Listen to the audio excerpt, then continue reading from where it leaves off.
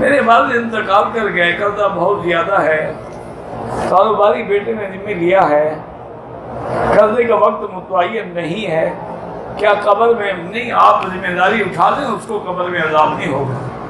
آپ قرض خواہوں کو لکھ کے دے دیں گے، اب یہ قرضہ ہمارے والد پہ نہ سمجھیں، ہم پہ سمجھیں، تو انشاءاللہ اللہ ان کو معاف کر دیں گے۔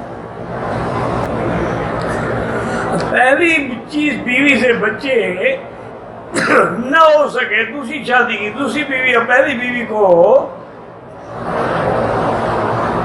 گالی گلوچ دیتی ہے، پہلی بیوی کو مارتی ہے، دوسری بیوی سے تنگ ہو، کس نے کہا تھا شادی کرو؟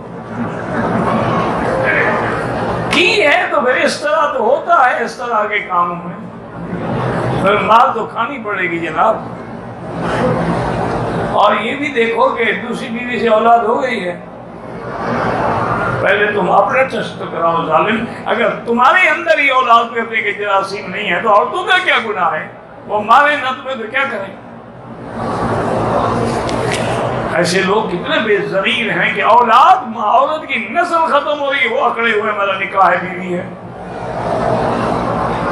بھئی اگر عورت بانج ہو جائے تو فوراً دوسری شادی کر لیتے ہو، لیکن تم جو بانج ہو تو عورت کیا کرے؟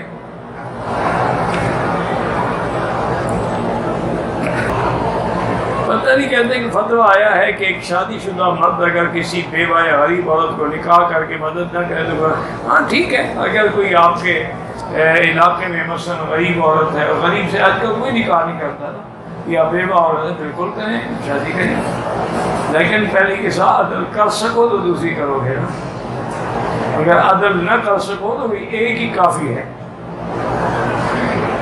میرے بچے نافرمان ہیں، نماز نہیں پڑھتے، آپ نے بھی باپ کی نافرمانی کی ہوگی، غور کرو، جو آدمی اپنے والدین کا نافرمان نہ ہو اس کی اولاد نافرمان ہو ہی نہیں سکتی۔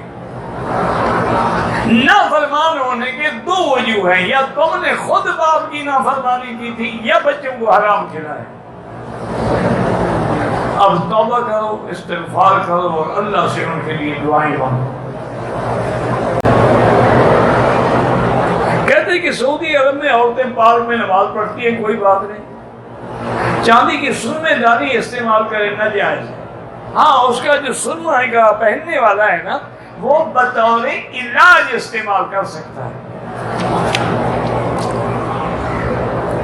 اور تنگ کپڑے پہن کے نماز پڑھتی ہے، نماز تو ہو جائے گی، لیکن یہ نہ ہونا کہ لوگ وہی نظر پڑے۔